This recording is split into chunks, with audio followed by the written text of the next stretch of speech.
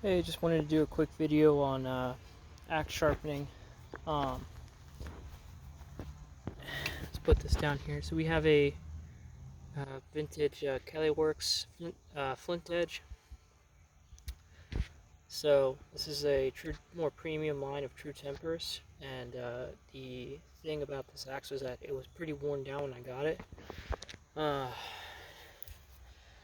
You can see this is the blunt side that they use for chopping and grubbing.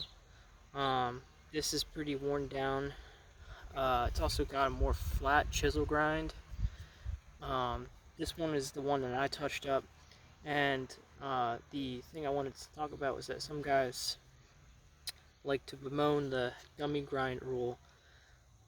Dummy grind is when you take the cheeks down, actually back here, and you do a half moon, and you sort of, so you do touch this up and up, this right here, but you sort of take out the center, and most manufacturers leave that, and they expect you to sort of do the same thing to every one of your axes. Because the main thing is they want this completely to be a wedge, and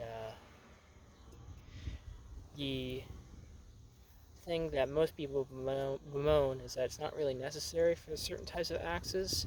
For newer axes, it's not really necessary. For older, sometimes vintage, it's just not. The trend has moved away from thicker styles, but this is a bit of a better example of an axe that could have used it, because the cutting edge probably would have been out to here. I have a better condition flint edge, and the bit has been worn back pretty far, so now it's closer to the center of the eye, and because it's closer, it's gotten much thicker here. So the reason you do this for older axes is so that it's much more flat and there's much less surface area to sort of impede the cutting, so you can get a deeper cut.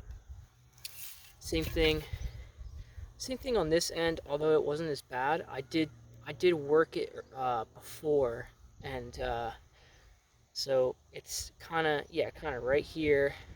Same thing. Yeah, that's just the way some guys do it. Some foresters recommend you do it, but it's more of a personal preference. I look here. Yeah, see, it had already been worked. I already worked it back here, a couple sharpening sessions ago, and then touched up the steel right here. And then somehow, I don't know if it's just manufacturing, but this part right here was thicker, so you can kind of see it. Yeah, it's very strange. Anyways, I'll probably end up working this back a little bit more before I sell this axe, but I just wanted to really go over and explain the dummy grind rule, and or the dummy rule with axe and half moon grinds. And yeah, just the point that I'm trying to make is that it really is dependent on the axe you get, and the condition you get it in. And this axe was in a pretty worn down condition, so that's just the point I'm trying to make. Anyways, I'm gonna go back to testing it out. So.